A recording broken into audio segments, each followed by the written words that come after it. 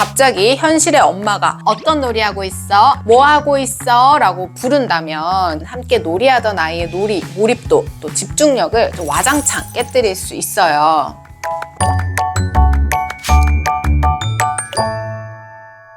네, 안녕하세요. 이민주 육아상담소 이민주입니다. 한 주간의 육아도 안녕하셨나요? 요즘 놀이의 중요성은 웬만큼 육아하면서 정보를 찾아보시는 분들은 누구나 알고 계실 거예요. 정부에서 2020년도 3월부터 교육과정에서도 유아 중심, 놀이 중심으로 개정을 했을 정도로 놀이는 중요하게 다뤄지고 있는데요. 놀이의 시작과 전개, 마무리까지 막막해 하시는 분들을 위해서 얼마 전에 제가 육아일상 공유하는 채널인 민주쌤 육아일기 채널에서도 역할놀이 장면, 상호작용까지 세세하게 공유를 해드렸었잖아요. 같은 놀이를 제공하더라도 아이의 바로 옆에서 함께 놀이하는 부모의 행동에 따라 그 놀이가 득이 될 수도 있지만 또 반대로 주도성을 상실하고 집중력을 떨어뜨리고 의욕마저 잃을 수 있게 만드는 독이 될 수도 있기 때문에 오늘 아이의 놀이를 방해할 수 있는 부모 행동 5가지 알려드리도록 하겠습니다. 아이와 놀이할 때 주의해야 할 부모 행동 첫 번째는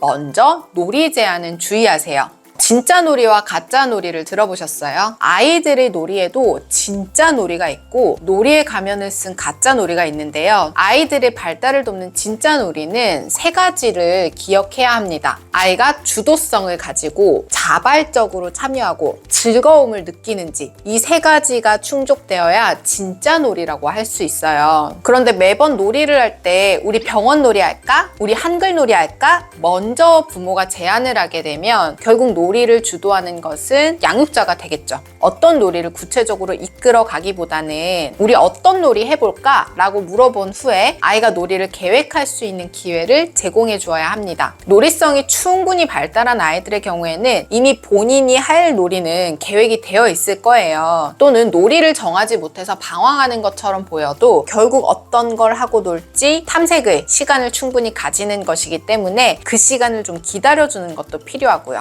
제가 매일 놀이 인력 365라는 책을 출간했을 때 가장 우려했던 것이 오늘의 놀이가 정해져 있다고 해서 꼭 그 놀이를 해야 하는 것은 아닙니다. 매일 어떤 놀이를 해야 할지 고민되는 건 사실이기 때문에 아이의 놀이를 도울 수 있는 놀이를 담았지만 또 집에서 준비가 어려운 활동지를 제공하기 위한 목적이기도 했지만 결국에는 좀 더 다양한 경험을 할 수 있도록 하는 매년 참고서로 활용할 수 있는 거죠. 저희 아이도 아침에 딱 일어나서 놀이를 살펴보고 오늘 놀이가 마음에 들지 않거나 본인이 하고 싶은 놀이가 있으면 나 오늘은 이거 할 거야 스스로 놀이를 정하고 엄마는 놀이에 필요한 재료를 준비해 주거나 놀이 상대가 되어주면 되는 겁니다.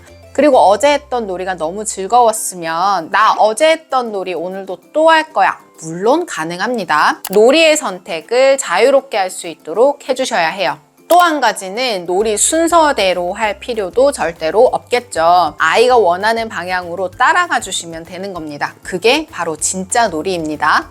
자, 2번째는 낄끼빠빠를 잘해주라고 제가 항상 말씀을 드리는데요. 이게 무슨 말이냐면 아이가 놀이를 할 때 엄마나 아빠 적절한 놀이 상대가 되어줄 수 있는데요. 이때 너무 갑작스러운 개입이나 놀이에서 빠져나오는 것은 함께 놀이하던 아이의 몰입도 또 집중력을 좀 와장창 깨뜨릴 수 있어요. 예를 들어서 아이가 어떤 놀이를 먼저 즐기고 있어요. 그런데 놀이하고 있는 아이 옆에 가서 갑자기 뭐 하고 있어? 어떤 놀이 하고 있어? 라고 무심코 물어볼 수 있겠죠. 그런데 아이는 이미 요리사가 돼서 막 요리 준비를 하는 역할놀이가 한창이고 막 요리사에 심취해 있는데 갑자기 현실의 엄마가 뭐 하고 있어? 라고 부른다면 기질적으로 대처가 능한 아이들은 저는 요리사인데요. 여기는 맛있는 피자 가게예요. 라고 하겠지만 좀 소극적이거나 놀이가 좀 익숙하지 않은 아이들 같은 경우에는 민망해하면서 집중했던 요리사 역할에서 순식간에 엄마의 딸로 딱 태세 전환을 해버릴 수 있거든요. 아이의 놀이에 개입할 때는 뭐 하고 놀아? 뭐 하고 있어? 보다는 잠시 아이의 놀이를 모습을 관찰한 후에 아이의 역할을 파악해서 안녕하세요. 배가 고픈데 혹시 어떤 요리를 하고 있나요? 저도 요리를 맛볼 수 있을까요?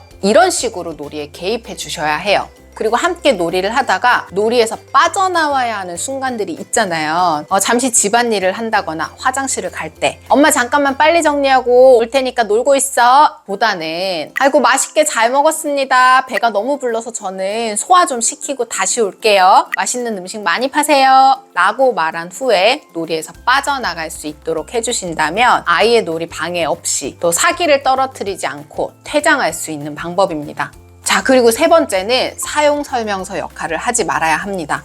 놀이에서는 정답은 없어요. 아이가 어떤 놀잇감을 어떤 방식으로 활용을 하든 아무 문제가 되지 않아요. 그리고 맞다, 틀렸다의 개념은 주입식 학습이지 절대로 놀이가 아니에요. 소위 우리가 가짜 놀이라고 하는 것이 바로 부모가 또는 교사가 목적을 가지고 놀이를 진행하려고 할 때 주도성과 자발성, 즐거움 모두 해칠 수 있는 거죠.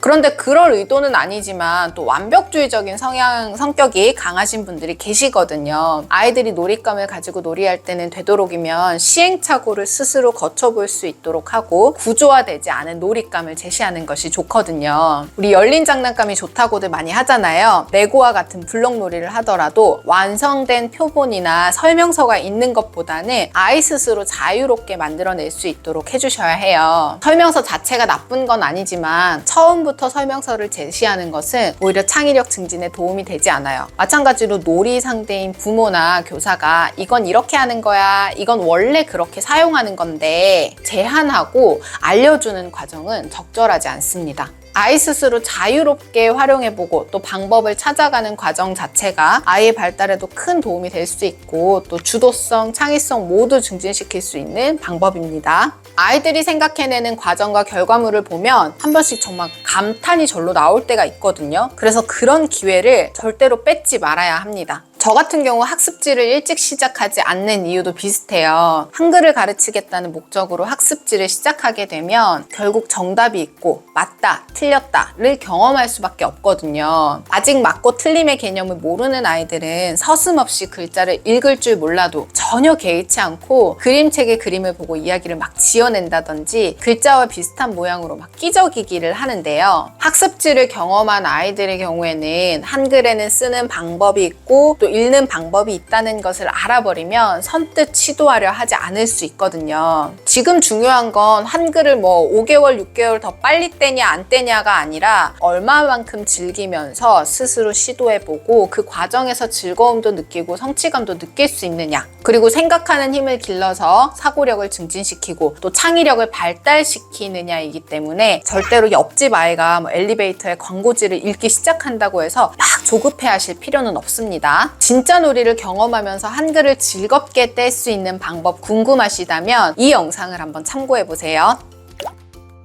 자, 네 번째는 너무 많은 질문이나 말은 삼가주세요.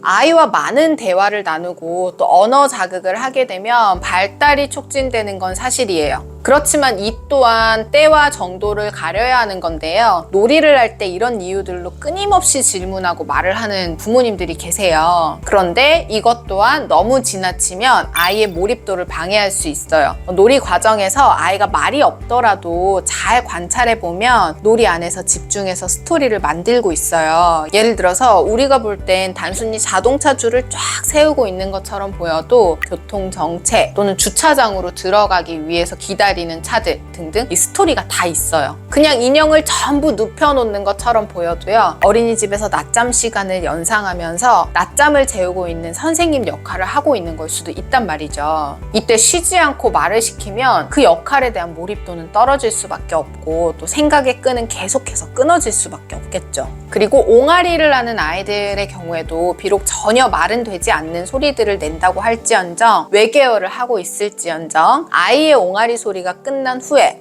그랬어, 그랬구나 반응을 해주시는 것이 좋아요. 이런 경험들이 결국에는 소리를 내어 언어로 표현하는 말이 다른 사람과 티키타카 소통의 수단이라는 것을 인지하게 될 수 있는 겁니다. 결국에는 계속해서 말을 많이 하면서 놀이에 집중할 시간을 주지 않거나 아이가 옹알이할 시간을 주지 않는 것은 정말 주의하셔야 할 부분이라는 것을 꼭 기억해 주세요. 이게 참 어려운 말이기는 하지만 적당히가 굉장히 중요하고요. 무엇보다 아이의 놀이 모습을 관찰해서 상호작용이 필요한지 아닌지 판단하는 것이 우선적으로 해야 할 일입니다. 자, 5번째는 연령에 맞는 놀잇감이 아니라 발달에 적절한 놀잇감인지를 점검해야 돼요.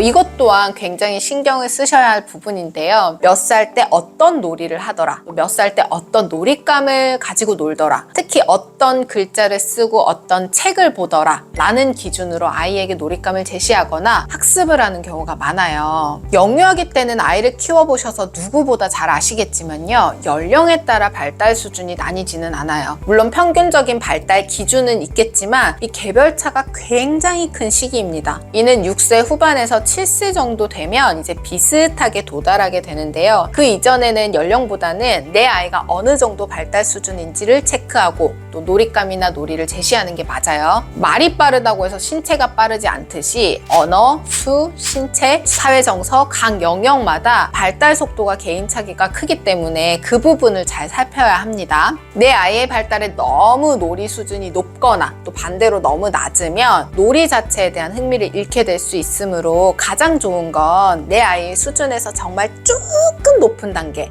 아주 조금만 시도하고 노력하면 해낼 수 있는 성취감을 느낄 수 있는 그 정도 수준이 적절하고, 또 해냈다면 다음 단계로 조금씩 업그레이드를 시켜주시고요. 너무 수준이 낮으면 에이 시시해, 재미없어가 될 수 있고, 집에서 아이가 하루 종일 심심해하고 자꾸 미디어를 보고 싶다고 보챈다면 혹시 집에 있는 놀잇감이 아이의 수준에 적절한지를 한번 체크해 보시면 좋습니다.